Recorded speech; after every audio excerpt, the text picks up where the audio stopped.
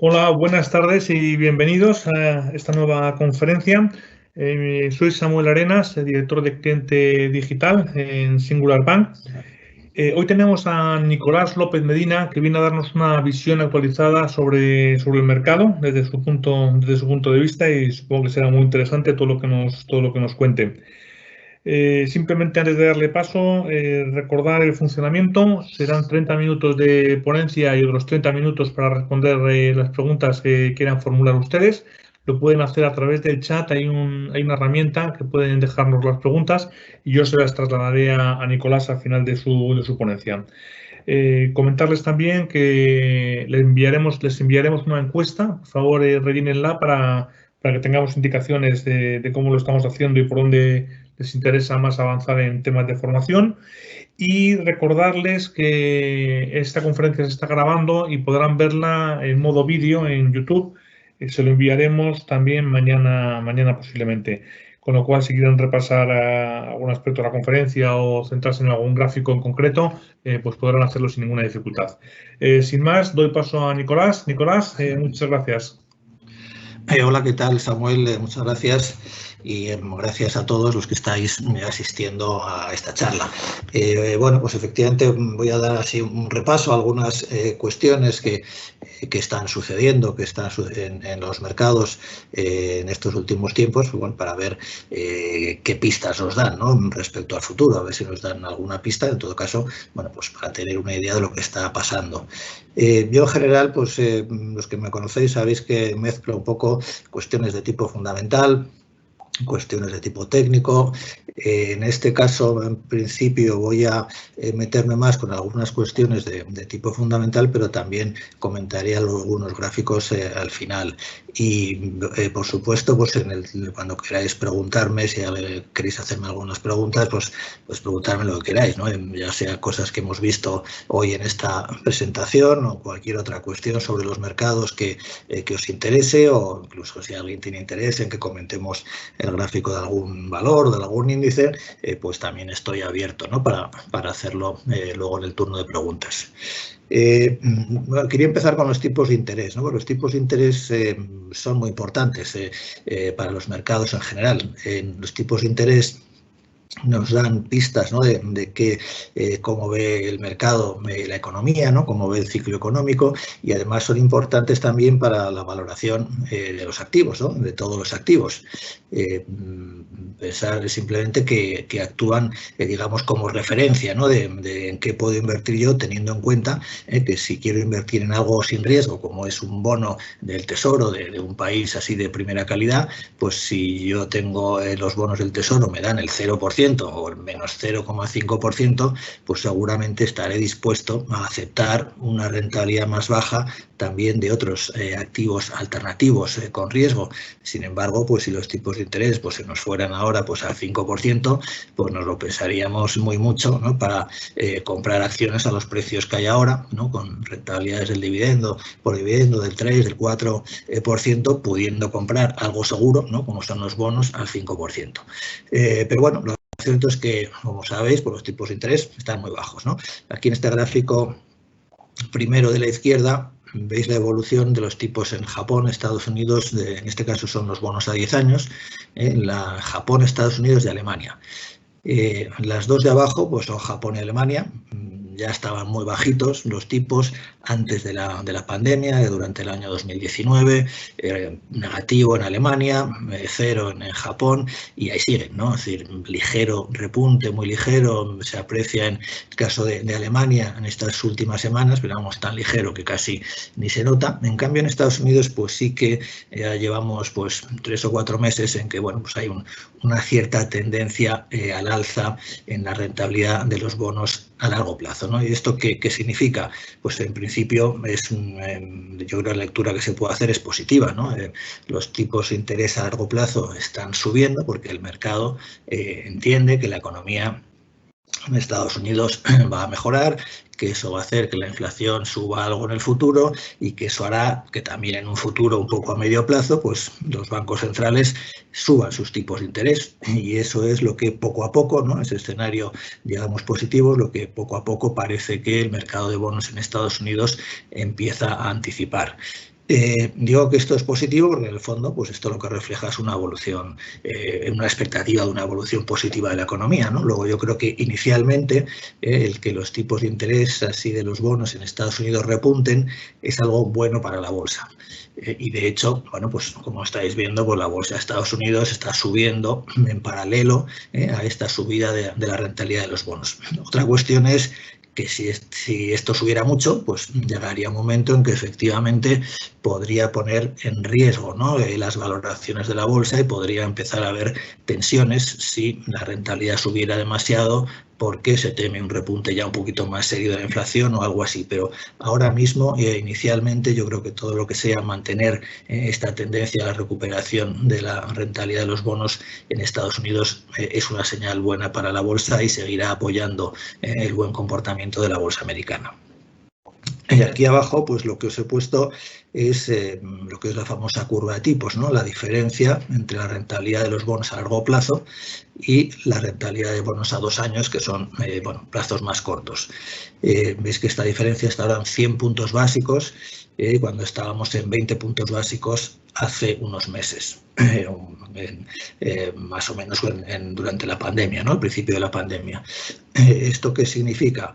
Pues que como el Banco de la Reserva Federal ha dicho que no va a subir los tipos de interés durante bastante tiempo, pues los tipos a 2 años se mantienen ahí, ¿no?, pegaditos a los tipos oficiales de la Reserva Federal, mientras que los de largo plazo sí que están ya empezando a subir por esas expectativas futuras de subidas en los tipos de interés.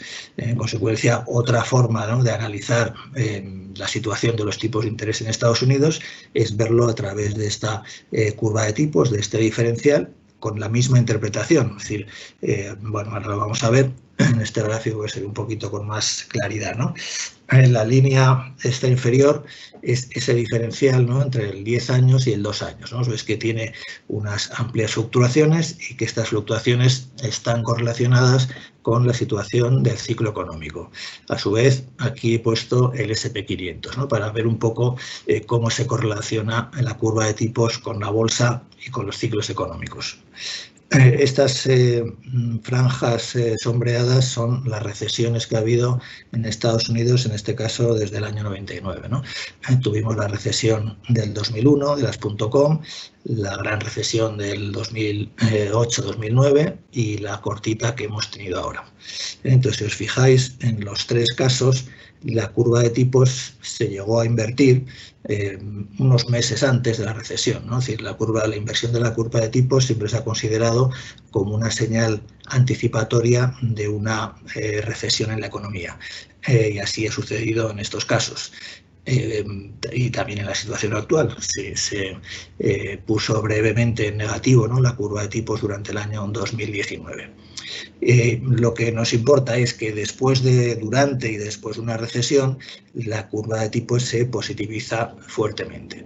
Es lo que sucedió en 2001-2003, durante la recesión del 2009 y posteriormente, y es lo que está sucediendo ahora de forma todavía más incipiente, ¿no? Pero lo importante aquí es que, en principio, esta positivación de la curva de tipos es consistente con el hecho de que la recesión haya quedado atrás y que estemos iniciando un nuevo ciclo de crecimiento en la economía, una nueva fase expansiva, y a su vez eso, en principio, pues debería ser sostén o debería favorecer un nuevo ciclo bursátil alcista, o al menos la continuidad, ¿no?, en este caso, del ciclo alcista que traemos ya desde hace mucho tiempo, ¿no? Pero bueno, ha habido aquí una cierta interrupción. Entre 2018 y 2020 hemos tenido aquí una fase en la que, digamos, que hemos tenido ahí pues como un mercado lateral bajista, ¿no?, durante un tiempo, y ahora, una vez superada la recesión, pues se reanuda el mercado alcista. Es decir, que en principio los tipos de interés nos están dando, digamos, luz verde a la posibilidad de que la subida de la bolsa pues continúe en los próximos meses. Aquí lo que he querido poner son los tipos oficiales de la Reserva Federal. Sería esta línea negra.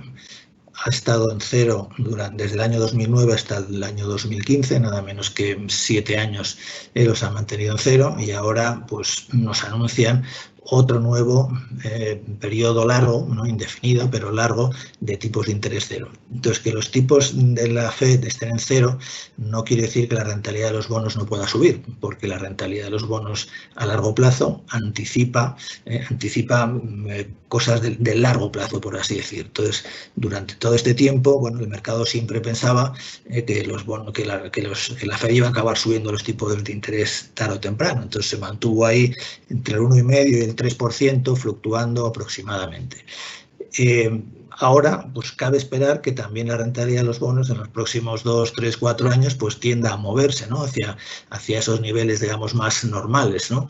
Entonces ahí es donde podríamos llegar a un punto, ¿no? Como dije antes, en que, bueno, si esa subida es un poco excesiva, pudiera darse esa contradicción, ¿no? Entre que una mejora excesiva de la economía pudiera provocar problemas en los mercados. Pero yo creo que al menos hasta el 2,5% aproximadamente, que sería en la zona intermedia de este rango, pues al menos que lleguemos a ese nivel, yo creo que la bolsa pues aguantará el tirón, ¿no? Es verdad que tenemos unas valoraciones muy, muy exigentes, como veremos luego, pero tipos de interés en 1,5, 2%, yo creo que son asumibles, ¿no? Para la bolsa.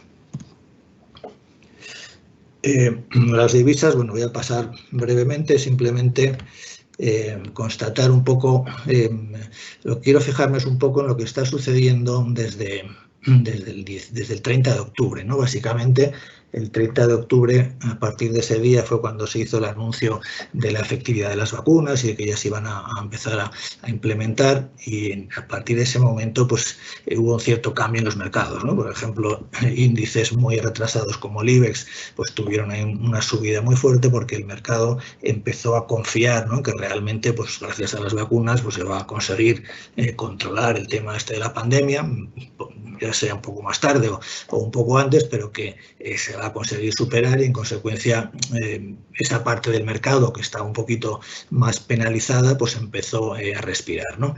En el caso de las divisas, el cambio más importante que se produjo ahí es que el dólar, que había funcionado como moneda refugio, pues empezó a perder posiciones, y que las divisas emergentes, que habían sufrido muchísimo durante toda la fase de la pandemia, que es un poco lo que vemos en el gráfico de la izquierda, pues sí han empezado a tener un mejor comportamiento si nos fijamos en la derecha, ¿no? Sería un poco el gráfico de la izquierda, sería el antes, ¿no? O lo que ha pasado desde principios del año pasado, y en la derecha lo que está pasando desde el mes de octubre. Es decir, desde el mes de octubre hay recuperación en algunas divisas emergentes, como el real brasileño, la lira turca, que nos viene muy bien a nosotros porque muchas compañías españolas dependen, ¿no?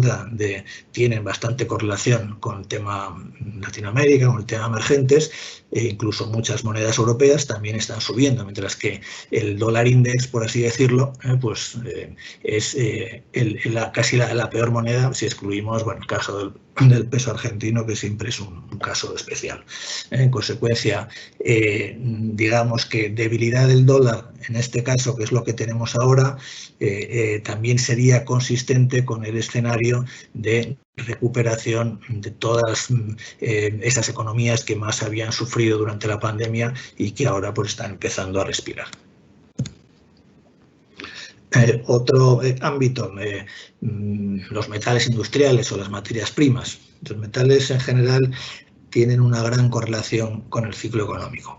Es decir, es una de esas, cuando hablamos de compañías cíclicas, de valores cíclicos, a lo que nos estamos refiriendo es a que son activos o compañías que sufren mucho durante la recesión. Es decir, que son sus beneficios o su actividad económica es muy sensible a que el ciclo económico crezca o decrezca, que estemos en una fase de crecimiento, en una fase de recesión. Ese sería el caso, por ejemplo, de las materias primas también. Durante el periodo 2018-2020, que fue un periodo de desaceleración económica provocada por la guerra comercial entre China y Estados Unidos, pues hubo una fase bajista, ¿no? en los metales industriales, que se agudizó, ¿no? Lógicamente, pues con el estallido de la pandemia y la gran recesión que tuvimos ahí. Pero a partir de ese momento, pues la situación se ha revertido. Entonces, estamos ahora en un ciclo claramente alcista en los precios de las materias primas, que se refleja en las compañías pues, que dependen, ¿no?, de alguna manera de los precios de las materias primas, por ejemplo, pues el caso de Arcelor o de Acerinox, ¿no?, en la bolsa española. Por supuesto, pues todas las mineras británicas, australianas, es decir, esa parte del mercado que está muy correlacionada con los precios de las materias primas. En consecuencia, aquí tenemos pues otro indicador más que nos dice que el ciclo económico en este momento está a favor, y que hemos entrado en una fase en la que pues, todo lo que tiene que ver, al menos con el ciclo económico global, pues está en modo positivo, por así decirlo. Esta recuperación ha llegado incluso al petróleo, ¿no? Sabes que el petróleo durante la pandemia entró en una fase de pesimismo brutal, ¿no? Recordaros cuando llegó a los contratos de futuros, ¿no?, del West Texas, que llegaron a cotizar en negativo, ¿no?, por el problema que hubo en el vencimiento. Pero bueno, dejando aparte esa anécdota, los precios del crudo se hundieron durante la pandemia, y eso que ya venían de años pues, de bastante debilidad. Detrás de este hundimiento, pues lo que hay es, por un lado, por supuesto, la paralización, digamos, de la movilidad, que hace que se utilice mucho menos el coche, los aviones, etcétera. Entonces, había una caída importante, ¿no?, del consumo de petróleo, y esto se une, pues, consideraciones un poco estructurales, ¿no?, de largo plazo. Vamos hacia una transición energética que supone que de aquí a 20 o 30 años pues ya no vamos a utilizar casi el petróleo, ¿no? Al menos mucho menos que ahora, y lógicamente pues eso significa un desequilibrio importante, ¿no?, entre la oferta y la demanda del precio del petróleo. Y sin embargo, pues desde ese pesimismo, como sucede muchas veces, pues lo que ha pasado pues es que ha habido un rebote realmente importante, ¿no?, en el precio del petróleo durante estos últimos meses, hasta el punto de que está ya prácticamente en los niveles previos a la pandemia, ¿no? Y eso que la demanda de petróleo sigue floja. Pasa que los países de la OPEP se han puesto de acuerdo, han reducido mucho la oferta, la producción, y han conseguido un poco reequilibrar el precio. Si os fijáis, sin embargo, en las petroleras no han subido tanto, porque quizás todavía el mercado no se cree demasiado, ¿no? Esta subida que está teniendo el precio del petróleo, quizás todavía se cree que esto está más forzado, ¿no?, por las decisiones de la OPEP, y que es probable que no pueda mantenerse en estos niveles, ¿no? Pero bueno, lo cierto es que de momento sí que hay aquí un comportamiento fuerte en el petróleo, y las petroleras pues también poco a poco pues van recuperando. En la bolsa, aquí he puesto también un poco lo que está pasando desde el 30 de octubre, ¿no?, que es un poco ese punto de inflexión donde parece que los mercados pues apostaron definitivamente por el final, ¿no?, de esta crisis, o más que por el final, apostaron porque, bueno, pues tarde o temprano, gracias a las vacunas, se iba a ver la recuperación, ¿no? Entonces, desde el 30 de octubre tenemos subidas muy importantes en todos los índices mundiales. En la cabeza de las subidas pues están, por ejemplo, las small caps americanas, más 30 y más 48%. Índices, digamos, muy cíclicos, ¿no?, por el tipo de compañías que tienen dentro, como es el Kospi de Corea. Índices que estaban muy deprimidos, como es el MIPTEL italiano, incluso el IBEX 35, el Bovespa brasileño. Índices que suben siempre, sea cual sea la situación del mercado, como es el Nasdaq, pero en general, digamos, una recuperación muy intensa de todo el mercado desde el 30 de octubre, que de alguna manera, bueno, pues nos sitúa, ¿no?, en ese entorno claramente alcista que tenemos ahora.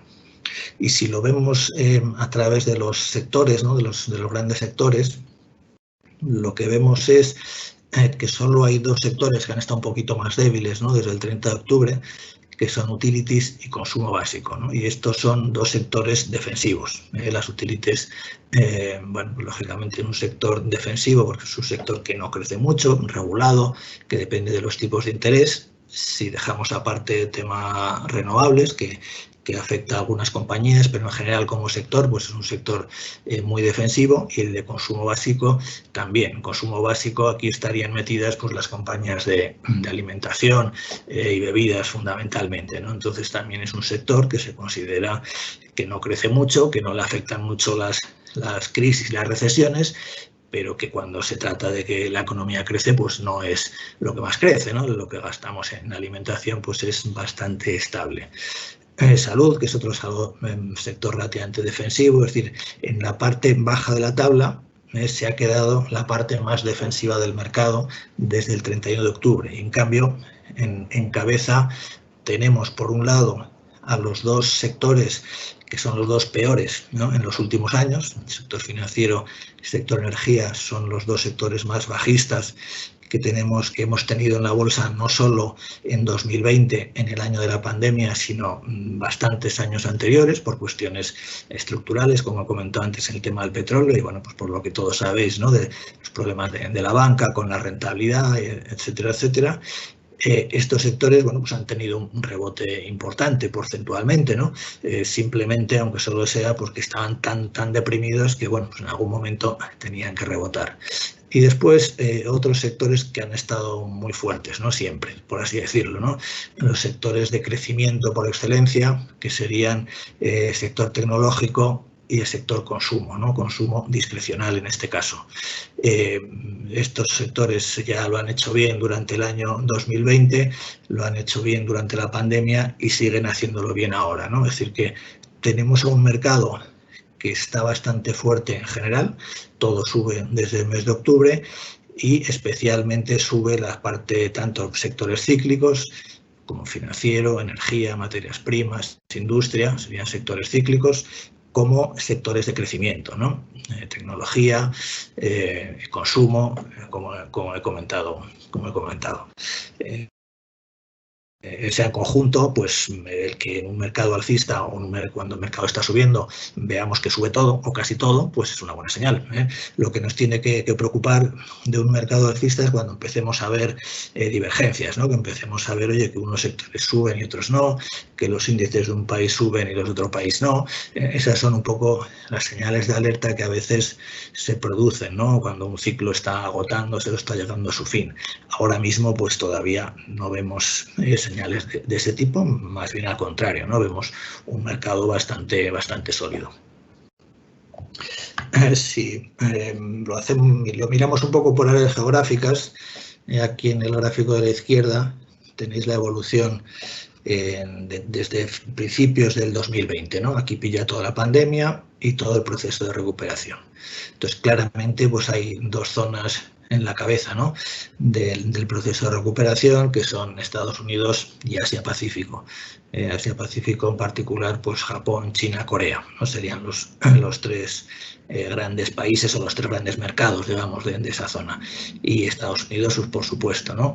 Estos mercados están a la cabeza pues porque sus economías se han recuperado antes y porque además, pues, tienen unas economías muy dinámicas, muchas compañías tecnológicas de crecimiento. En consecuencia, pues son los mercados más fuertes en este momento. Aquí en esta zona intermedia estaría Europa. Europa no, bueno, va recuperando, también tiene aquí su tendencia alcista, pero no tiene digamos, la brillantez o la fuerza de los otros dos. Y la parte más débil, pues he destacado el caso de España y América Latina, que no por casualidad pues van bastante de la mano, ¿no? Si veis un poco estas dos líneas inferiores, pues veis que se parecen bastante. Entonces, bueno, esto es consecuencia de que la bolsa española tiene bastante sus compañías, ¿no? Sus compañías grandes, muchas de ellas, pues tienen una dependencia importante, ¿no?, de la situación de las economías latinoamericanas, de sus divisas, etcétera, ¿no? Entonces aquí veis el tirón fuerte de octubre, vamos, de noviembre más bien, el tema de las vacunas, pero bueno, después de ese gran tirón inicial, del mes de noviembre, diciembre, pues la cosa se ha estabilizado. En el momento en que se estabilice, tampoco lo vería como una señal, bueno, especialmente negativa. Podemos ver que esto es un proceso de consolidación más o menos normal, ¿no?, después de este gran tirón del mes de noviembre y que ahora, bueno, pues está aquí un poco a la espera de ver si la pandemia realmente acaba de mejorar, porque en Europa pues nos han cogido la segunda, la tercera ola y se ha frenado un poquito la economía y bueno, podríamos verlo como una fase de espera hasta que se despeje un poco, ¿no?, el tema de la pandemia. Aquí a la derecha pues simplemente sería ver con más detalle ese movimiento desde octubre, ¿no? Vemos aquí que los dos que más subieron en octubre pues fueron el IBEX, España y América Latina, y después bueno, pues nos hemos tranquilizado, hemos corregido durante el mes de enero y estamos un poco, hemos vuelto a confluir, ¿no?, con el resto de zonas, pero bueno, pues en un tono en neto positivo. Tema de sectores, bueno, no voy a incidir un poco más, sería un poco llegar a la misma conclusión, ¿no? Estos son los sectores del Eurostoxx, entonces aquí un poco más de detalle que en el que he puesto antes, pero en general la idea sería la misma, ¿no? Desde el mes de octubre los sectores que están tirando más son sectores cíclicos y sectores de crecimiento. Hay una mezcla, ¿no?, de sectores cíclicos y de crecimiento, y los que están un poquito más flojos pues son los más defensivos, ¿no? Utilities, alimentación, salud. Aquí se nos mete un poco construcción, porque dentro de la construcción, del índice de construcción, pues están todas las compañías de gestión de infraestructuras, gestión de aeropuertos, de autopistas, y esa es una parte también de la economía que está un poquito tocada, ¿no?, por el tema de la pandemia, hasta que no se solucione. Pero en conjunto, bueno, pues no hay unas enormes diferencias entre unos y otros. Bueno, aquí quería detenerme un poquito para ver qué expectativas, ¿no?, está manejando el mercado, o qué expectativas podemos manejar cara a los próximos 2 años, ¿no? En estos dos gráficos, lo que he superpuesto, ¿no?, ha sido la evolución de dos índices. El de la izquierda es el Stoxx 600 y el de la derecha el SP500, con los beneficios de sus empresas, ¿no? Entonces, aquí la línea esta roja es el beneficio por acción del Stoxx 600 promedio, y la línea negra es el índice. Y luego aquí lo que he hecho es prolongar las previsiones que están manejando los analistas para los próximos 2 años. En definitiva, partimos de este nivel donde estoy poniendo el cursor, que es donde están ahora los beneficios de las empresas, y esta línea un poco de proyección es lo que ven los analistas, ¿no?, el consenso de analistas, que va a pasar con los beneficios de las empresas en los próximos 2 años. Es decir, que crecimiento fuerte, ¿no? Es decir, ahora mismo lo que los analistas proyectan sobre los beneficios de las empresas es que después de este hundimiento que ha habido con la pandemia, van a crecer con mucha fuerza en los próximos 2 años, superando incluso los niveles previos a la pandemia. En Estados Unidos, pues más de lo mismo, solo que aquí van un poco más adelantados, ¿no? Aquí esta línea negra superior son los beneficios, ya casi han vuelto a los niveles previos a la pandemia, y se proyectan crecimientos pues del orden del 15% anual en los próximos 2 años. Bien, entonces aquí la cuestión es ver cómo enlazamos esto con la bolsa, ¿no? ¿Qué podemos esperar de la bolsa, teniendo en cuenta que tenemos estas proyecciones, ¿no?, sobre por dónde pueden ver los beneficios? Entonces, para eso vamos a hacer una cosa muy sencilla, es decir, bueno, ¿cuál es el PER razonable que consideramos que puede tener en la bolsa de Europa y la bolsa de Estados Unidos? En el caso del Stoxx 600, ahora mismo está cotizando un PER más o menos de 18. Y lo que, bueno, yo considero razonable históricamente, que sería un PER sostenible, sería un PER de 16. Tal y como está dibujado este gráfico, tal y como están dibujadas las escalas, ¿no?, de los beneficios y del índice, si el Stoxx 600 cotizara con un PER de 16, estas dos líneas coincidirían, ¿no?, serían exactamente igual. Entonces, lo que simplemente hacemos es suponer, bueno, pues dentro de 2 años vamos a suponer que el Stoxx 600 va a confluir con esta línea por donde van los beneficios, que sería como decir, bueno, dentro de 2 años el Stoxx 600 va a cotizar con un PER de 16, que es el que considero razonable. Y como los beneficios van a tener este nivel, van a estar en 460 euros por acción, pues el nivel al que cabe esperar del Stoxx 600 dentro de 2 años, pues va a ser en torno a 460 puntos. Bueno, no sé si me estáis siguiendo o lo estoy liando mucho, si no, pues me preguntáis. Conclusión final, si asumimos esta evolución de los beneficios y un PER normalizado de 16 veces, lo que cabe esperar de la bolsa europea, del Stoxx 600, es que en los próximos 2 años nos dé una rentabilidad en torno al 8,5% anual.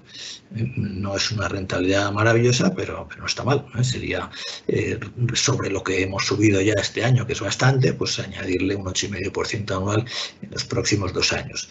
Y es una rentabilidad, bueno, que es más o menos consistente con los tipos de interés bajos que tenemos ahora y con el escenario general de la economía que tenemos ahora, ¿no? Es decir, que sería una predicción, por así decirlo, de consenso, ¿no? Es decir, si las cosas van como parece ahora que pueden ir, ¿no?, en los próximos 2 años, la bolsa europea pues podría darnos ese 8,5% anual de rentabilidad. Si hacemos el mismo ejercicio en Estados Unidos, si os fijáis aquí, el problema de la bolsa americana es que ha subido tanto, que se ha despegado, que ya ha hecho buena parte, ¿no?, de ese camino de converger con las expectativas de beneficios, ¿no? Entonces aquí en la bolsa americana nos saldría unas expectativas de rentabilidad del 5,5% anual aproximadamente, ¿no?, en los próximos años. Bueno, esto es por tener una referencia, ¿no? Esto no es que sea un pronóstico de que esto va a ser así, seguramente no será así exactamente, y menos dando una fecha fija, pero sí que nos da una referencia de realmente que cabe razonablemente esperar de la inversión en bolsa en Europa, en Estados Unidos, en los próximos 2 años, teniendo en cuenta el escenario en el que estamos, teniendo en cuenta que las valoraciones actuales son altas, las expectativas de crecimiento que hay de los beneficios. Bueno, pues con esos escenarios que ahora se ven como lo más probable, pues tendríamos esas rentabilidades esperadas en 8,5%, 5,5% anual aproximadamente.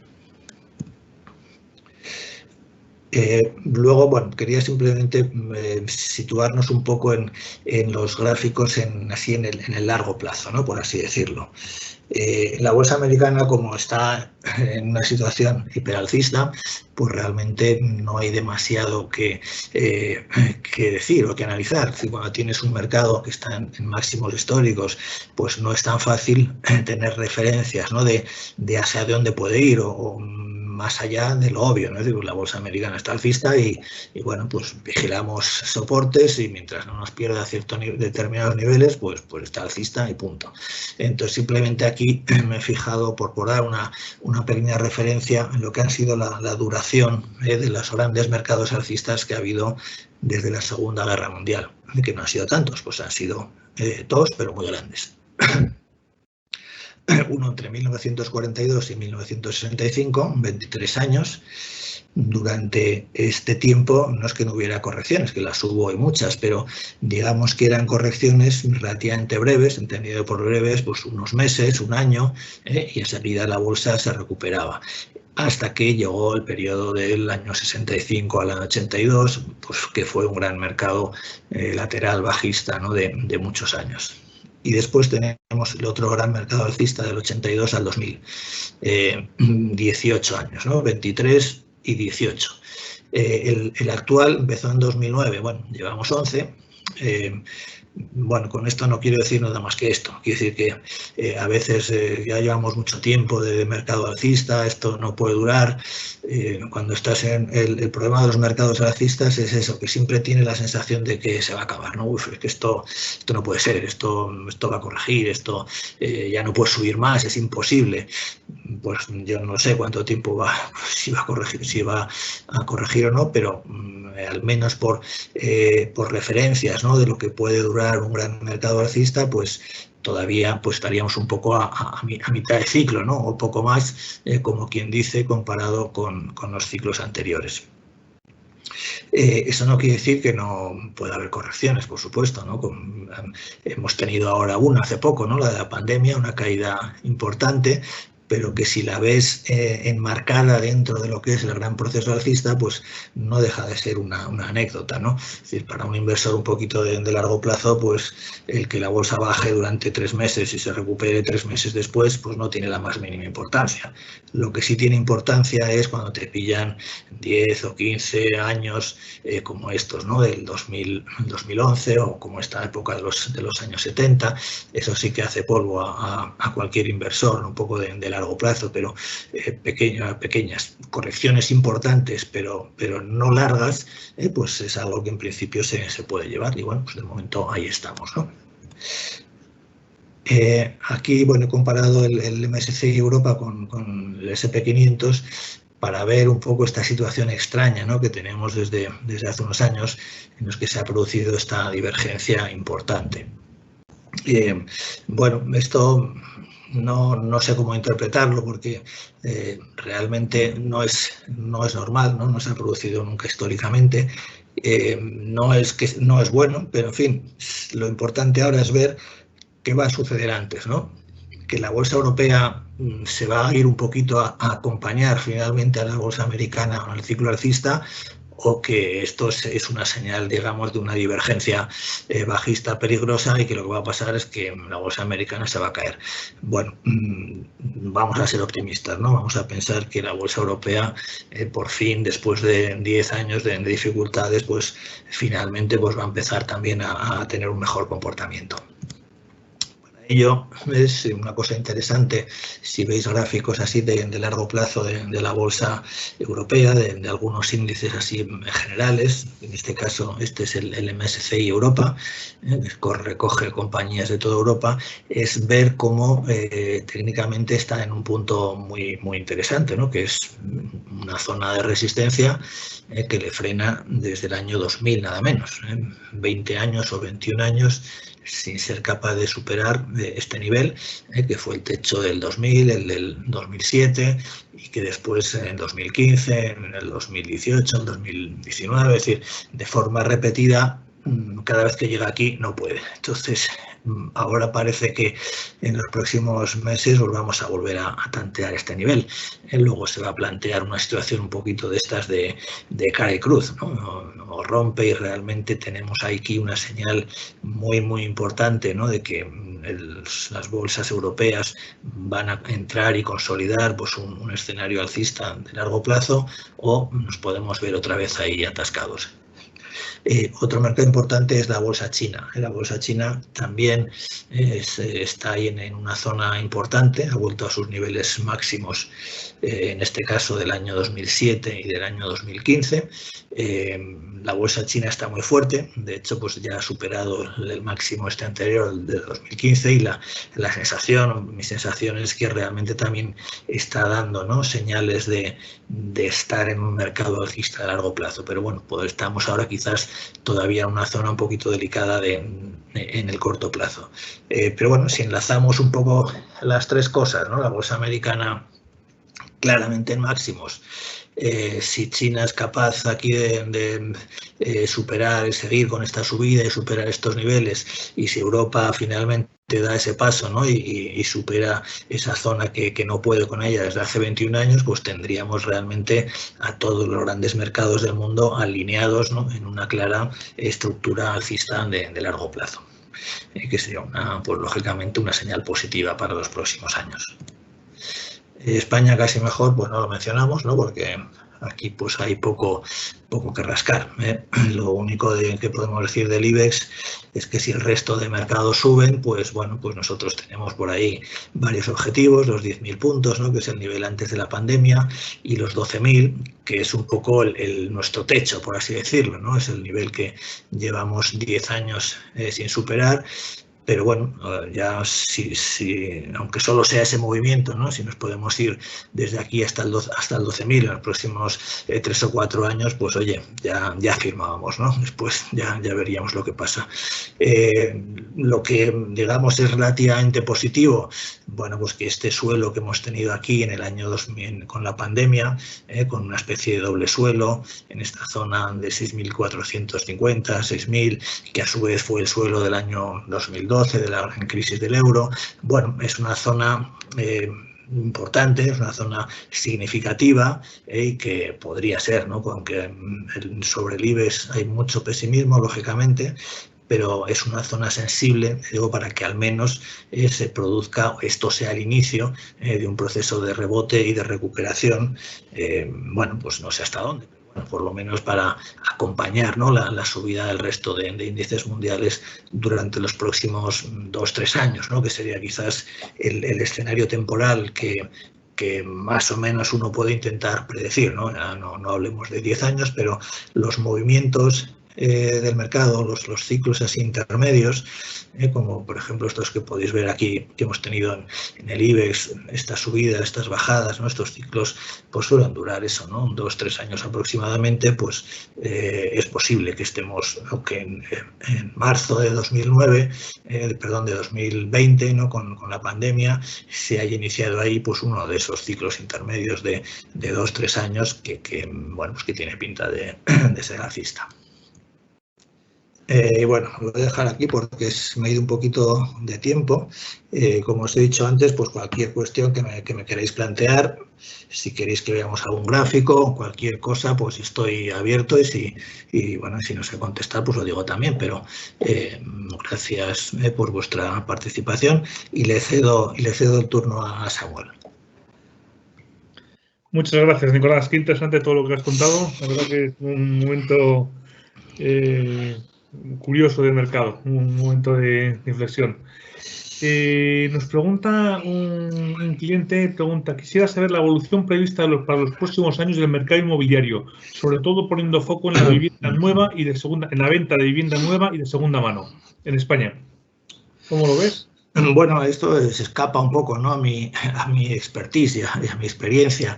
Entonces, no sé qué podría decirte. Por ejemplo, estamos viendo en otros mercados, por ejemplo, Estados Unidos, que siempre es un poco una referencia o un líder, que el mercado de la vivienda pues está relativamente fuerte, ¿no? Es decir, no tiene nada que ver esta crisis con la crisis del año 2009 y años siguientes, ni en Estados Unidos ni, por supuesto, en España, ¿no? Está claro que entonces había una burbuja inmobiliaria tremenda, las familias estaban sobreendeudadas, los bancos, no te digo. Entonces, esa situación obviamente no se va a volver a repetir. Ahora el problema parece más centrarse en el tema de los centros comerciales, locales, etcétera. Ahí es donde sí que, bueno, pues no solo por la pandemia, sino por estas nuevas tendencias del teletrabajo y tal, pues puede haber un cierto ajuste. Pero el tema de la vivienda parece bastante sostenido, ¿no? Es decir, una cosa es que puede haber una caída, 3-4% en los precios, que más o menos es lo que parece, ¿no?, que estamos teniendo, o que puede haber durante este año. Pero yo, ya digo, desde un poco lo que leo por ahí, un poco mi intuición personal, porque no soy un experto en el tema, yo es lo que vería. No creo que se den las condiciones, por la situación de deuda de las familias, por la situación de los bancos, por los tipos de interés tan bajos. No creo que los precios de la vivienda puedan bajar mucho, ¿no? Podrían sufrir ese pequeño retroceso y después pues yo creo que tenderán a recuperarse y, bueno, pues al menos seguir una evolución normal, ¿no?, de lo que cabe esperar de los precios de la vivienda a largo plazo, pues que crezcan el 2% anual, 2-3% anual, más o menos en línea con el crecimiento de la economía. Perfecto. Una siguiente pregunta nos pregunta sobre Cellnex, sobre el aumento de deuda que va a tener. Pregunta, porque aunque van a subir los ingresos, también se van a disparar los gastos corrientes, intereses y amortización. Entonces, ¿cómo ves un poco la posición de Cellnex con todo este movimiento que tiene? Bueno, yo Cellnex realmente lo veo bien. Es decir, el único problema de Cellnex es que es una compañía que, bueno, pues que ha subido tanto, porque durante los meses estos de la pandemia, Cellnex se convirtió pues poco menos que en el valor refugio, ¿no?, de la bolsa española, no porque no le afectaba para nada todos los temas de la pandemia y porque, bueno, pues es una compañía que estaba en pleno proceso de crecimiento, pues había llegado quizás a unos niveles de cotización un poquito excesivos, ¿no? Yo creo que eran niveles de precios de 40, 45 aproximadamente, 44, 45, pues ahí tiene una primera de soportes, que estaba intentando llegar a un gráfico a ver si soy capaz de ponerlo. Y yo esperaría que por aquí tendiera a estabilizarse. Es decir, para Celnex el único problema que pueda haber, pues bueno, que hubiera subidas en los tipos de interés. Es una compañía muy endeudada, con un modelo de negocio basado en el apalancamiento, ¿no?, para seguir comprando. Y si hubiese un cambio, ¿no?, en el escenario de tipos de interés, pues realmente ahí sí que podría empezar a sufrir un poco, pero de momento pues no lo veo, ¿no? Bueno, aquí veis un poquito el gráfico. Yo creo que la corrección esta que está teniendo, más o menos normal, si tenemos en cuenta de dónde viene, ¿no? Un proceso alcista tremendo. En esta zona de 44, pues yo creo que aquí tendría que empezar a estabilizarse, ¿no?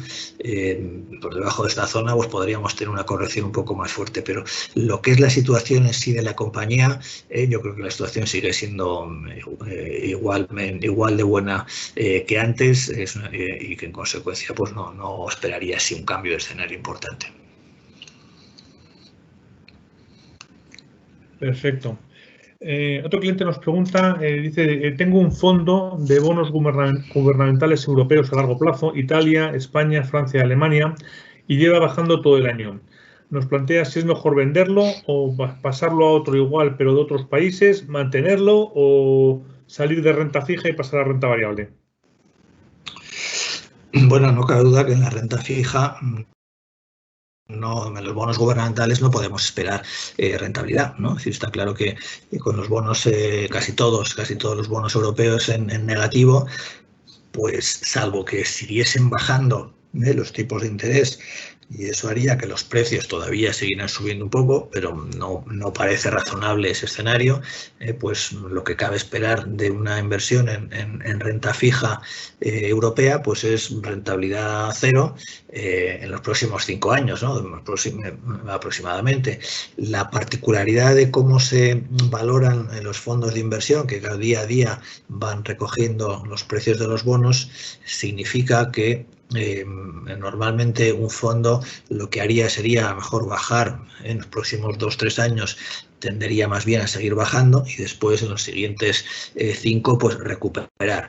Pero en neto, pues si uno está comprando ahora un fondo en renta fija con una duración media de 5 años, que es lo que suelen tener, ¿no?, los fondos de renta fija, pues lo que cabe esperar es que en los próximos 5 años va a tener una rentabilidad pues negativa, ¿no?, porque es lo que hay. Entonces, ¿qué sentido tiene invertir ahí? El único sentido que tiene es que uno quiera tener su dinero seguro, porque la alternativa es decir, bueno, me voy a la bolsa. Bueno, en la bolsa, estupendo. Antes ya he dicho que quizás se pueda obtener en la bolsa en los próximos 2 años un 8% de rentabilidad anual. Oye, pues genial, ¿no? Pues puedo sacar el 8 en la bolsa. ¿Para qué voy a sacar el 0 o el -1 en los bonos? Pues la diferencia es el riesgo, ¿no? Es decir, en los bonos ese -1 o ese 0 es seguro. Sabes que dentro de 5 años más o menos vas a tener el mismo capital que tienes que hoy, mientras que en la bolsa pues siempre hay riesgo, ¿no? En la bolsa hay incertidumbres y, bueno, no podemos estar seguros que no haya otra crisis dentro de 1, 2, 3 años y que, en consecuencia, al final, dentro de unos años, nuestro capital pues va a ser inferior al de hoy por esa evolución negativa, ¿no? Entonces, esa es un poco la decisión del riesgo, de si queremos asumir más o menos riesgos, ¿no? Desde luego, yo no tendría como inversión una cartera de bonos, ¿no? Solamente yo tendría algo diversificado, dependiendo un poco de la edad de cada uno, expectativas, pues se puede tener 50-50, se puede tener 40-60 o 60-40, pero desde luego una combinación, ¿no?, de renta fija y de bolsa en un momento además como el actual, pues yo creo que es imprescindible, ¿no? Estupendo. Te traslado la felicitación del siguiente cliente que nos traslada una pregunta y nos dice, ¿cuáles son las perspectivas a 2 años de la bolsa de la zona Asia-Pacífico? ¿Se puede cuantificar como en USA y Europa? No he hecho ese ejercicio, ¿no? Pero intuitivamente, es decir, al final la rentabilidad que cabe esperar de cada mercado pues siempre tiende a ser inversamente proporcional al nivel de riesgo de esos mercados, ¿no? Entonces, yo diría que la bolsa de Asia, desde luego, tiene un perfil de riesgo superior al de Estados Unidos. Luego cabe esperar una rentabilidad superior, ¿no? Es decir, antes he dicho ese 5% para Estados Unidos, 8% para Para Europa, pues yo diría que la de Asia estaría más cerca de la de Europa, estaría más cerca de ese 8%.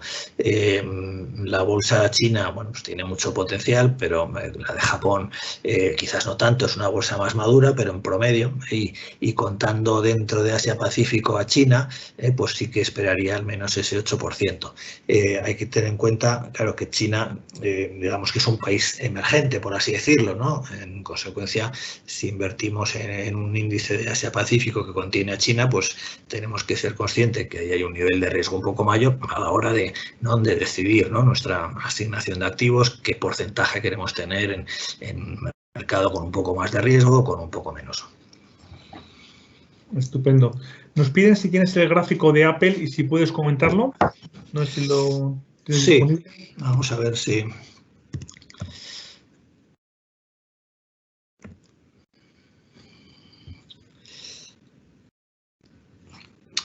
A ver, la tecnología en Estados Unidos pues está fortísima, sigue fortísima. Los resultados que han sacado las compañías como Apple y bueno, todas las demás grandes, ¿no? Amazon, Google, etcétera, en este cuarto trimestre que acaban de publicar, pues han sido espectaculares, crecimientos del 20-30% en los ingresos. Sus negocios se siguen reforzando por la transición, por el proceso general de transformación, ¿no?, en digital que hay en el mundo. La economía cada vez se digitaliza más y estas compañías pues bueno, están ahí y se aprovechan, ¿no?, digamos, de esas tendencias. En el caso de Apple, técnicamente, pues obviamente una tendencia alcista que viene de lejos, ¿no? Si vemos un poco la trayectoria, pues obviamente lo que vemos es una tendencia alcista enorme, está en máximos históricos. Ha pasado aquí 2 o 3 meses en un proceso de consolidación y bueno, pues da la sensación de que está saliendo, ¿no?, de esa zona y que está iniciando un nuevo tirón. El riesgo mayor, bueno, pues que no consiga, ¿no?, que no acabe aquí de despegar y que se mantenga todavía durante algún tiempo más, pues en este proceso un poco de lateral entre 110 y 140. Pero bueno, yo creo que es cuestión de tiempo, ¿no?, de que arranque, ¿no?, un nuevo tramo alcista como estos que hace de vez en cuando. Quizás su pendiente pues sea más suave, por estos valores que han subido tanto y que son ya tan grandes. Mejor no tiene sentido que tengan subidas como esta que ha tenido este año, ¿no?, que se ha triplicado en cuestión de unos meses, o algo totalmente anormal, pero que si cojan una pendiente un poco más suave cara al futuro, yo creo que sí. Perfecto, gracias, Nicolás. Otro cliente pregunta, ¿qué opinión tienes sobre la compra de bitcoins por parte de Tesla? Yo soy de esas personas que no confío en el Bitcoin. Te habría dicho lo mismo hace 3 años cuando estaba cotizando a $100 y ahora está a 40 y no sé cuántos mil. El Bitcoin no tiene características apropiadas para ser una divisa y una moneda, y de hecho nadie la utiliza como tal, ¿no? Yo no conozco a nadie que compre cosas en Bitcoin. Entonces, el utilizarlo como un activo, como algo que va a mantener su valor, como si fuese el oro, ¿no? Tal y como está diseñado el Bitcoin, realmente es una copia del oro, ¿no? De hecho, hablan de minería, de producirlo, de que cuesta dinero producirlo, pero no deja de ser una burda imitación, porque realmente el Bitcoin cuesta producirlo porque lo han diseñado así, pero no tendría por qué ser, ¿no? O sea, quiero decir, yo no acabo de ver el motivo por el cual el Bitcoin tenga que tener un valor determinado, y una moneda no funciona de esa manera, ¿no? Consecuencia, personalmente, y esta es una cosa personal, yo es algo en lo que no invertiría.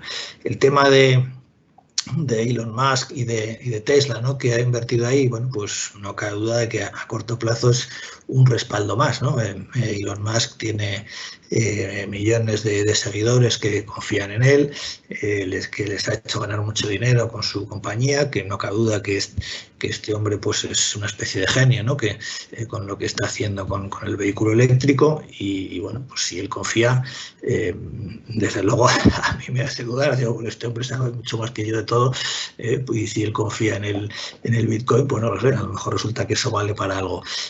Pero más allá de eso obvio, ¿no? De que el hecho de que alguien como él pues, pueda reforzar un poco ese carácter, ese atractivo especulador que tiene el Bitcoin, yo un activo que lo mismo te baja un 30%, que te sube un 200%, que te baja un 80%, y que no le veo una lógica detrás de la valoración a ningún precio, pues yo sinceramente no lo recomendaría a nadie, pero en fin, por supuesto que este mismo consejo lo podría haber hecho, ya dicho, hace 3 o 5 años y mira cómo han ido las cosas.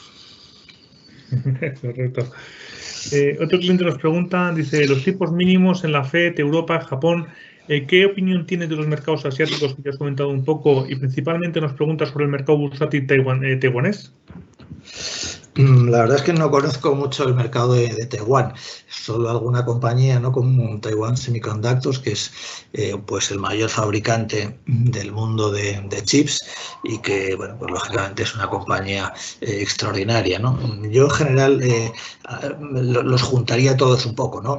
No me atrevo a darle una opinión sobre el mercado de Taiwán en concreto porque digo que no lo conozco, pero sí en general, ¿no? Un poco mi percepción de los mercados asiáticos es que sus economías pues realmente son economías muy dinámicas, son economías que están muy enfocadas al crecimiento y a la evolución, ¿no? La transformación de la tecnología, que tienen muchas compañías enfocadas hacia esa transformación tecnológica y que, bueno, pues yo creo que son un buen sitio para invertir cara a los próximos años. Lo único, ya digo, siempre hay que ser un poquito prudente, ¿no? A la hora de, por lo menos cuando uno hace una inversión así un poco estable, un poco de largo plazo, donde más o menos quiere poner su ahorro y su patrimonio, pues hay que tener cuidado, ¿no? Otra cosa es si uno está haciendo estrategia de trading y se quiere mirar el gráfico y tal. Si en general Asia-Pacífico bien, entiendo que Taiwán pues se asocia, ¿no? A esos otros mercados como Corea, como Japón, China, país ya bastante desarrollado y con compañías muy potentes, en consecuencia pues entiendo que es un buen mercado para invertir. Perfecto. Otro cliente plantea, ¿qué se puede esperar de las telecos como Telefónica y Vodafone que llevan tanto tiempo de bajada? Pues la verdad, es de esos sectores que no consigue levantar cabeza, ¿no? Entonces, yo con Telefónica siempre digo lo mismo, es decir, por un lado es un negocio que no consigue crecer, no consigue crecer porque en sí mismo el tema de las telefónicas pues está muy presionado por la gran competencia que hay entre ellas, que al final te venden todas lo mismo y que no, pues siempre uno se acaba yendo al más barato, salvo pues los que te pueden ofrecer, pues como es el caso de Telefónica o Movistar en España, algo un poco que no te ofrecen las demás, ¿no? Que son pues, los paquetes de fútbol y estas cosas que son un poquito más caras. Pero como eso lo pagan a precio de oro, ¿no? Pues al final pues no consiguen rentabilizarlo, ¿no? Entonces, si vemos un gráfico así de Telefónica de largo plazo, pues yo creo que nos lo dice todo, ¿no? Este gráfico pues no tiene el ajuste de los dividendos, que a veces pues, nos lleva a engañarnos un poquito, ¿no?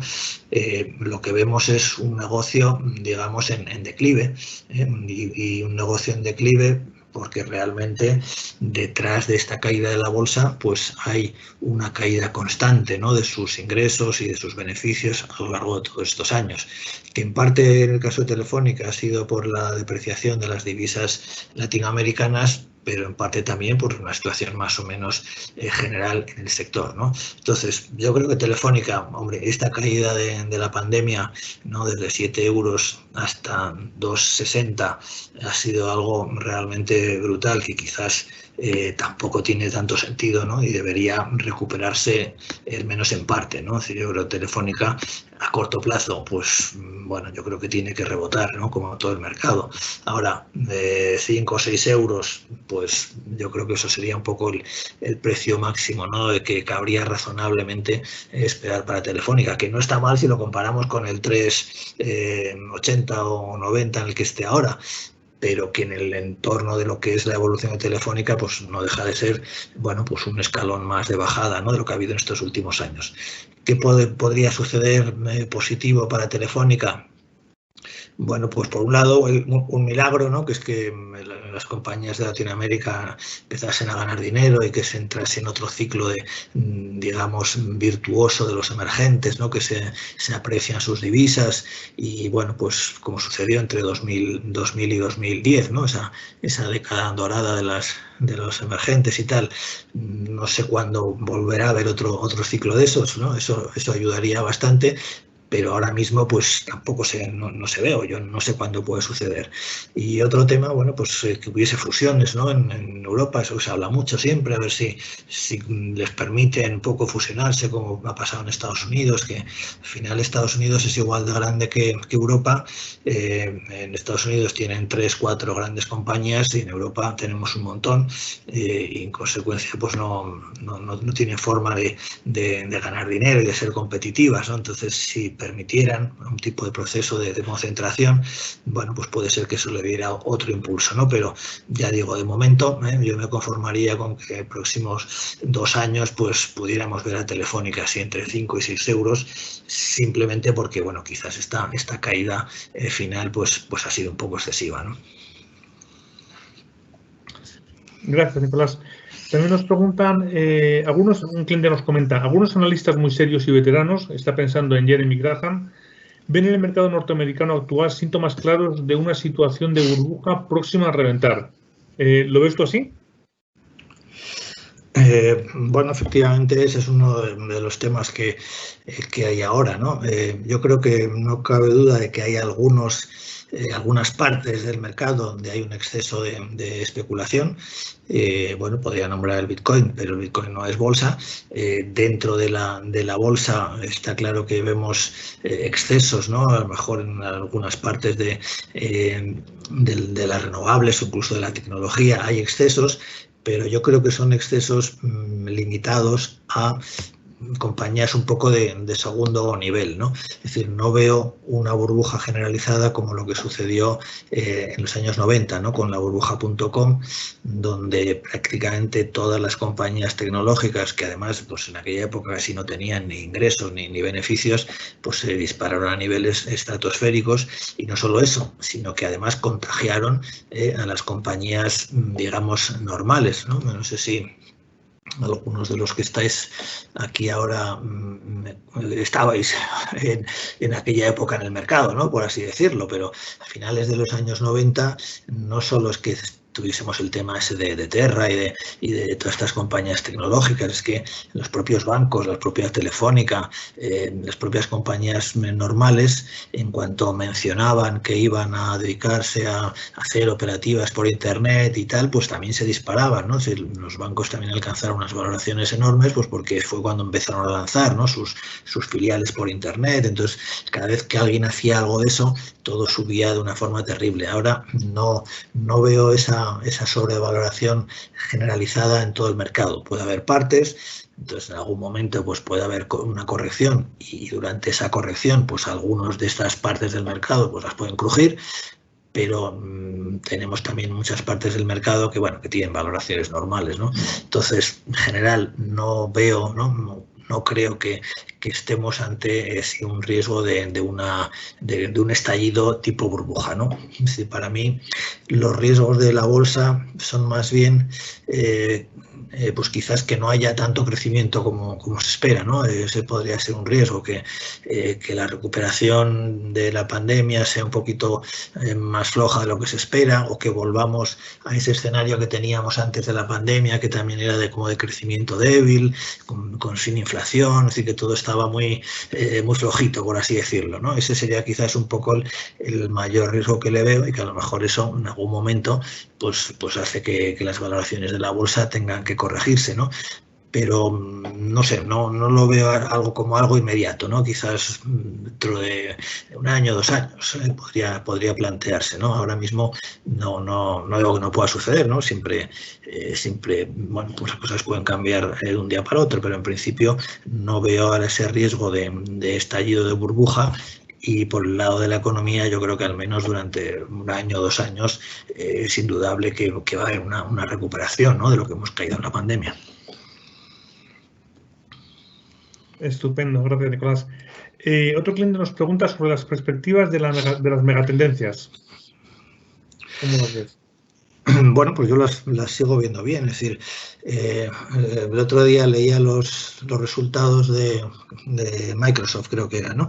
Decían, bueno, pues hemos crecido el 20% en esta división, el 30% en esta otra división, el 25% en cloud, el no sé qué.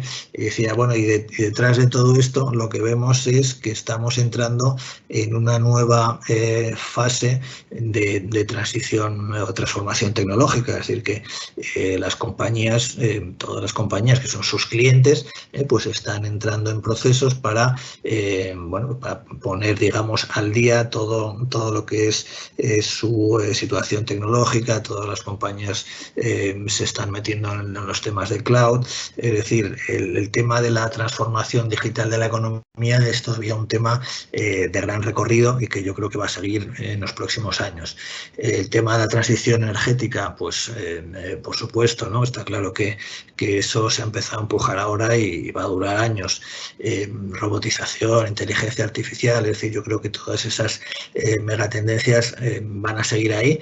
Y bueno, ese sería quizás el argumento optimista, ¿no?, para romper, ¿no?, con esa dinámica que teníamos de crecimiento débil, ¿no?, de estos últimos años. Pues el que va a haber ahí pues un factor, digamos, de arrastre, ¿no?, del conjunto de la economía alrededor de estas megatendencias. Bueno, son cosas un poco de largo plazo que, en fin, pues no es tan fácil de predecir o de anticipar, pero yo pienso que efectivamente esas tendencias van a estar ahí. Otra cosa luego es decir, bueno, ¿y cómo aprovecho eso? Porque claro, las compañías dentro de esos procesos, pues hay compañías que funcionan, otras que no, unas que triunfan, otras que fracasan. Entonces es más complicado, pero bueno, a través de fondos de inversión diversificados, pues puede uno, ¿no?, enfocarse hacia esas tendencias. Gracias, Nicolás. También nos preguntan por el nuevo plan de negocio de Repsol y cómo afectará la cotización a corto plazo. Bueno, Repsol sería, pues eso, un caso similar al de Telefónica en cuanto a su gráfico, a su evolución. Y en general el sector petrolero pues sería lo contrario a una megatendencia, ¿no? O sería una megatendencia en declive, por así decirlo, ¿no? Porque, bueno, pues parece claro que si en los próximos 20 o 30 años vamos a sustituir las fuentes de energía tradicionales, las fuentes de energía de los combustibles fósiles por energías alternativas limpias, pues las compañías petroleras pues realmente tienen que cambiar totalmente su negocio. Pero claro, eso de cambiar el negocio no es más fácil decirlo que hacerlo, ¿no? Entonces, también en este gráfico vemos, ¿no?, esa tendencia declinante, por así decirlo, de Repsol. Tiene sus ciclos, las fases alcistas de la bolsa, Repsol sube, en las fases bajistas baja, pero en conjunto pues está claro que hay una tendencia con un declive de fondo, ¿no?, que refleja un poco, bueno, pues esa percepción de que la demanda de petróleo no va a crecer en el futuro, más bien al contrario, y que eso significa precios más bajos del petróleo, que bueno, pues todo eso afecta a la rentabilidad de la compañía. Al igual que Telefónica, pues claro, esta caída final de la pandemia, pues seguramente pues ha sido un exceso, y aquí pues tenemos que ver una recuperación, ¿no? Es decir, técnicamente el valor pues no tiene ahora mala pinta en el corto plazo, ha dado tirón importante, ahora se ha metido en un rango de consolidación, aquí entre 7,5 y 9. El aspecto pues es que va a intentar hacer nuevos tramos al alza en el futuro, ¿no?, al menos hasta 10 euros, y posiblemente intente volver hasta esta zona de 12 euros. Pero todo ello, creo yo, dentro de una tendencia de largo plazo, pues lateral, bajista, por así decirlo, ¿no? Los planes que tiene Repsol, pues bueno, pues van por también irse más hacia la generación de electricidad, hacia energías renovables, pero claro, ahí se encuentra con una competencia enorme, y por otro lado, pues tiene unos activos actuales que, bueno, pues que pierden valor, ¿no? De hecho, pues de vez en cuando ya dotan provisiones, ¿no? Para ir, como ha hecho Naturgy, por ejemplo, para rebajar el valor de algunos activos, porque si los van a dejar de utilizar en el futuro, pues no pierden, pues lógicamente tienen menos valor. Entonces, si a Repsol le sobran pozos de petróleo, pues no se los va a vender a nadie, pues en algún momento tendrá que dejar de utilizar algunos, tendrá que, es decir, es un proceso complicado en el que tienes que ir generando pérdidas por lo que dejas de hacer y por otro lado haciendo inversiones nuevas en esas otras cosas. Entonces, que eso sea un proceso exitoso, pues no lo sé, pudiera ser, pero desde luego no es fácil, ¿no? Entonces,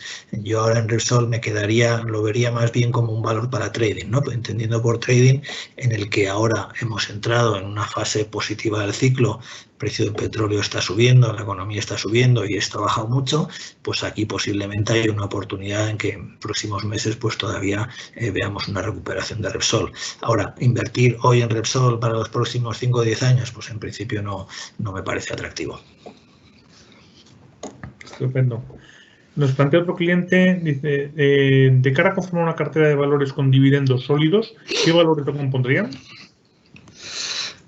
Bueno, en principio, para los dividendos, si realmente lo que queremos es el dividendo, es decir, si realmente lo que queremos es tener una renta estable todos los años, porque necesitamos ese dinero para complementar ingresos o lo queremos dedicar a cualquier cosa, lo que tiene que primar es un poco la seguridad del dividendo, porque hay valores como, por ejemplo, puede ser la propia Repsol o puede ser los bancos, que también pagan buenos dividendos, pero ¿qué pasa? Que cuando hay una crisis, pues enseguida se ven o se pueden ver forzados a suprimir el dividendo, como ha pasado en esta, y además porque sus fluctuaciones en el precio son tan grandes que hacen muy difícil, ¿no? aguantar esas posiciones por mucho que te estén pagando en un dividendo. Entonces, ¿cuáles serían los sectores así en principio más adecuados? En mi opinión, pues las utilities, por supuesto, es decir, las compañías eléctricas reguladas sería quizás el sector número uno, porque es un poco lo más estable que hay en el mercado, lo que es casi imposible que eliminen un dividendo y porque su cotización, bueno, pues a lo mejor no sube mucho, pero tampoco baja mucho, ¿no? Son compañías bastante estables. En un segundo nivel, podríamos tener a compañías como sectores como el de alimentación, por ejemplo, ¿no? También alimentación, consumo básico, salud, pues también son sectores, no pagan tanto dividendo como las eléctricas, pero también son más o menos defensivos, ¿no? Y no tienen muchas fluctuaciones. Y luego estaría también el sector de infraestructuras, ¿no? Pues las autopistas o la gestión de aeropuertos, también son tipos de negocio que mezclan un poquito, ¿no? Que dan una buena rentabilidad por dividendo y también tienen modelos de negocio más enfocados al crecimiento, ¿no? Las eléctricas no crecen mucho, pero una compañía que gestiona autopistas o aeropuertos puede crecer a base de comprar nuevas concesiones, ¿no? Van añadiendo más autopistas y a su cartera y con eso consiguen algo de crecimiento. El único problema es que en esta crisis de la pandemia, claro, ha sido tan especial que ha afectado a este tipo de negocios, ¿no? Pero esto es algo que sí que realmente era absolutamente imprevisible, ¿no? En una crisis normal sí que se nota algo, ¿no? Una caída en el tráfico de las autopistas y de los aeropuertos, pero nunca hasta el punto de provocar lo que ha sucedido ahora, ¿no? Entonces, bueno, a cara al futuro, cuando esto se normalice, sí tendría en cuenta también este sector, ¿no? Estos sectores de gestión de infraestructuras como posibles destinos, ¿no? Para una cartera por dividendos. Entonces, bueno, utilities, alimentación, consumo básico, infraestructura, sería así un poquito el núcleo, ¿no? De esa posible cartera. Gracias, Nicolás. Otro cliente nos pregunta por qué opinión te merece la evolución de Tesla. Pues casi iba a decir que es la misma que la de Bitcoin. Porque, bueno, hay una diferencia. Es decir, Tesla realmente sí puedes intentar valorarla, ¿no? Dices, bueno, pues cuántos coches va a vender Tesla dentro de 10 años o cómo va a ser el mercado del vehículo eléctrico dentro de 10 años, qué cuota de mercado va a tener ahí Tesla. Entonces, bueno, ahí puedes intentar hacer números y decir, bueno, está carísima, pero si uno quiere estar en el líder de un sector emergente que va a crecer mucho en los próximos años, pues es el precio a pagar. Mira, pues si quieres estar ahí, pagas y te arriesgas y punto, ¿no? No hay otra alternativa, ¿no? Racionalmente, yo desde luego, pues sí, todos los análisis que leo sobre Tesla les cuesta mucho a los analistas justificar esas valoraciones, ¿no? Pero bueno, es como si te dicen, mira, dentro de 20 años la acción de Tesla puede valer, ahora cuánto está, es que ya ni me acuerdo, no sé, imagínate, el doble, el 50% o el doble de lo que vale ahora. ¿Cuánto dinero estarías dispuesto a pagar hoy por esa acción que va a valer tanto dentro de 20 años? Pues a lo mejor lo que estás dispuesto a pagar hoy parece disparatado en relación a lo que hoy es Tesla, pero si confías, ¿no?, en ese escenario futuro, no sé, yo quizás no invertiría ahora en Tesla, en el sentido de que yo creo que seguramente habrá algún momento en que haya una corrección y que se pueda entrar a un precio mejor, pero tampoco lo veo totalmente descabellado, ¿no? Es decir, lo que sí está claro es que el vehículo eléctrico va a ser una realidad en los próximos años. Y además luego hay otra cuestión, es decir, en este mundo de la tecnología ya estamos acostumbrados a que cuando una compañía se hace líder en algo y consigue tener muchos clientes de ese algo, enseguida es capaz de utilizar esa base de clientes para otras cosas y aumentar sus ingresos con ella, ¿no? Lo estamos viendo, bueno, pues con todas, pues con Amazon, con Facebook. O sea, Amazon empieza vendiendo libros, pero al final te vende todo y luego monta un negocio de cloud. Y es decir, compañías que tienen una base de clientes de 1.000 millones, de 2.000 millones de personas, con una capacidad tecnológica tremenda, pues luego son capaces de monetizar eso de una forma que ahora pues no lo vemos o no sabemos cómo lo va a hacer, ¿no? Bueno, la propia Apple dice que va a hacer coches sin conductor. Entonces, bueno, de alguna forma, yo la explicación más racional que he leído sobre lo del tema de la valoración de Tesla es decir que Tesla no solo es un fabricante de coches, sino que es una compañía tecnológica. Es más, que Tesla no va a fabricar demasiados coches en el futuro, sino que les va a vender a los demás, ¿no?, sus patentes para que lo fabriquen los demás. Y que Tesla va a vivir de sus patentes, de las que tiene ahora y de otras que inventará en el futuro, porque tienen tanto talento dentro esas compañías, no tienen una capacidad tan brutal, ¿no?, de generar cosas nuevas, que las que son líderes pues cada vez lo van a ser más, ¿no? Perfecto, gracias. Plantea otro cliente, dice, gracias por la conferencia. ¿La depreciación del US dólar favorecerá la apreciación de la plata? Bueno, en principio sí que hay un cierto efecto en que si el dólar baja, la plata compensa esa caída del dólar con una subida respecto al dólar. Pero claro, si lo vemos desde un inversor español que está en euros, pues a lo mejor una cosa se lleva a la otra y al final pues nos da igual, ¿no? Es decir, que los movimientos de las divisas son arbitrados por el precio de los activos, ya sea una materia prima, ya sea una acción, por ejemplo, ¿no? Si el precio del dólar baja, a lo mejor la cotización de las acciones americanas tiende a subir, porque sus ingresos no solo son en dólares y en consecuencia se ven reforzados, ¿no?, sus beneficios. Y al final pues nos da igual, ¿no? Nos da igual que el dólar suba o baje un poco si estamos invertidos en activos reales.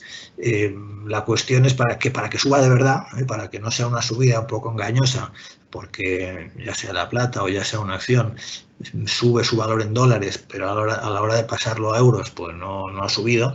Es decir, tiene que haber un factor real, ¿no?, de subida. En el caso de la plata, bueno, la plata es un metal que por un lado tiene ese aspecto que se utiliza como inversión para protegerse pues, de la inflación, como el oro, ¿no? Por ejemplo, y por otro lado también es un metal que tiene muchos usos industriales, ¿no?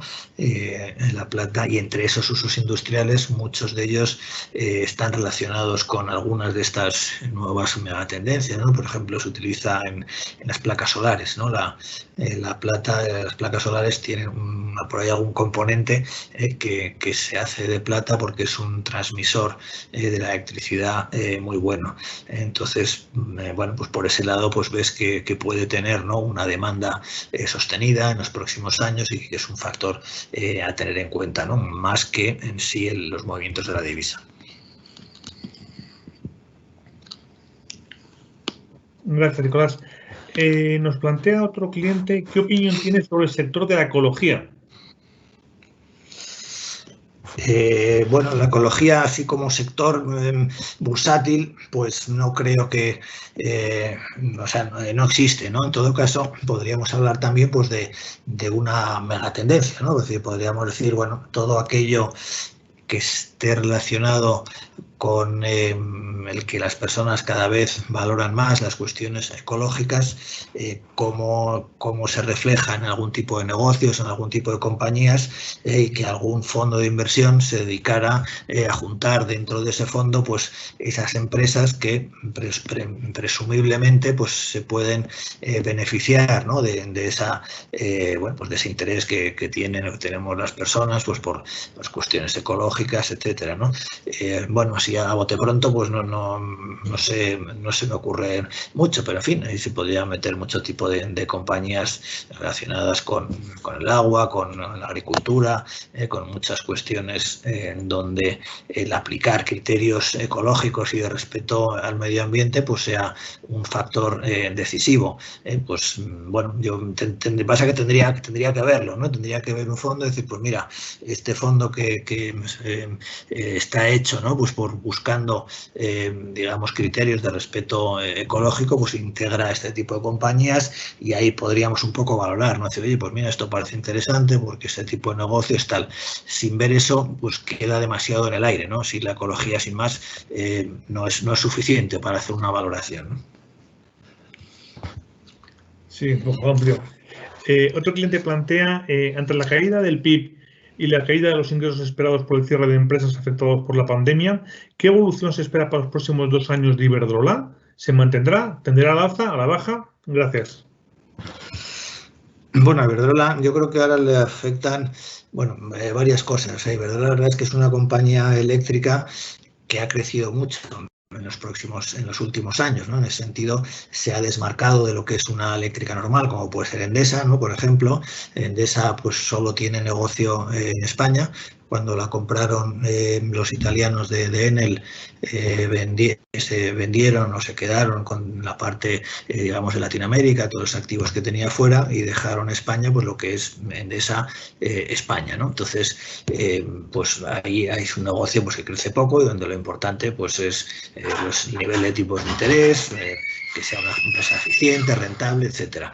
Iberdrola, en cambio, pues es una compañía que ha salido una estrategia de crecimiento muy exitosa por dos vías, por una geográfica, con especial interés en Estados Unidos y por otro lado, pues hacia renovables, ¿no? Entonces, las dos estrategias han sido exitosas y eso explica el crecimiento tan importante que ha tenido su cotización, ¿no? en estos últimos años, además de el proceso de caída de tipos de interés. Es decir, en las compañías eléctricas o como estas compañías, digamos, que pagan un buen dividendo, el tema de los tipos de interés es muy importante, ¿no? A la hora de valorar, ¿no? la compañía. Cara a futuro, bueno, yo veo un poco ya más agotados, ¿no? esos factores, por lo menos el de los tipos de interés. Está claro que bajar más no van a bajar más, entonces pues ya su evolución va a depender más del crecimiento que sea capaz de mantener, ¿no? en sus resultados. El tema de Estados Unidos ahí tiene mucho potencial de crecimiento, Brasil también, en España menos. Entonces yo la vería como una compañía de crecimiento moderado, digamos en torno al 5% anual, más ese dividendo que te paga del 3 del 4, pues nos puede dar eso una rentabilidad en los próximos años, contando dividendos, en ese entorno del 8% aproximadamente anual, que no es lo que ha hecho en estos últimos años, por supuesto, pero lo de los últimos años tampoco es normal, ¿no? Y no se puede mantener siempre. Perfecto. Y para finalizar nos piden un poco análisis de 3 sectores, compañías concretas. Nos preguntan sobre las aseguradoras españolas, y en concreto Mapfre, y por qué la evolución bajista de Nagas y Red Eléctrica. Si nos puedes hacer un comentario, gracias. Sí, pues Red Eléctrica y Nagas serían también ejemplos, digamos, de utilities puras, ¿no? En el sentido que son compañías reguladas totalmente, es decir, el gobierno decide cuáles van a ser los ingresos de esas compañías en función de las inversiones que hacen, ¿no? Entonces, el problema de Nagas y de Red Eléctrica es que ya ha pasado, digamos, su fase de expansión, ¿no? Digamos, dentro de sus redes dentro de España. Entonces, al no haber crecimiento, bueno, pues los ingresos no crecen, entonces se convierten casi pues como en unos bonos, ¿no? De tener Nagas o tener Red Eléctrica, casi es como tener un bono que te paga un buen cupón, que te paga un dividendo alto, pero que entonces, bueno, pues estás un poco expuesto a los riesgos de las fluctuaciones del mercado. No veo motivos para que tengan así un deterioro tampoco mucho mayor de su cotización. Es verdad que han estado flojitas últimamente, quizás porque el mercado, los inversores se han ido hacia otro tipo de valores donde se ve más potencial de crecimiento, y aquí no se ve mucho potencial de crecimiento, simplemente el dividendo y poco más, ¿no? Entonces yo las vería así, ¿no? Son dos compañías donde si inviertes ahora, pues vas a tener esa rentabilidad del 5 o 6% del dividendo, pero nada más, porque en principio pues los negocios no crecen, y donde tienes el riesgo ahora no se ve, pero riesgo futuro de subida de tipos de interés. Pero vamos, al menos de momento pues las veo como dos valores bastante estables, fluctuando en rangos y poco más. Y el tema de Mapfre, yo a Mapfre lo que le ha penalizado sobre todo, aparte, bueno, la situación general, ¿no? de tema financiero, tipos, la crisis económica y tal, pues es su exposición en Latinoamérica, ¿no? Tiene una exposición fuerte a Argentina en particular, y todo eso pues está yendo mal. Ahora el Mapfre está barata, pero al final cuando ves una compañía que va mal, pues también ves la parte atractiva, que está muy barata, y que a nada que las cosas mejoren, pues hombre, yo creo que Mapfre también tiene que recuperar y rebotar, ¿no? Pero estas compañías que tienen riesgo Latinoamérica, pues de momento, ¿no? El mercado no acaba de verlo claro, ¿no? Entonces, bueno, yo espero que siga rebotando desde los niveles actuales, pero sigue siendo una compañía ahora pues con un cierto perfil de riesgo excesivo. Estupendo, Nicolás. Pues con esto terminamos las preguntas formuladas por los clientes. Espero que haya sido de su agrado la conferencia y las respuestas facilitadas por Nicolás. Y Nicolás, simplemente agradecerte muchísimo la presencia esta tarde con nosotros y despedirme de todos ustedes. Que tengan buena tarde. Pues gracias a ti, Samuel, y gracias a todos. De buenas tardes.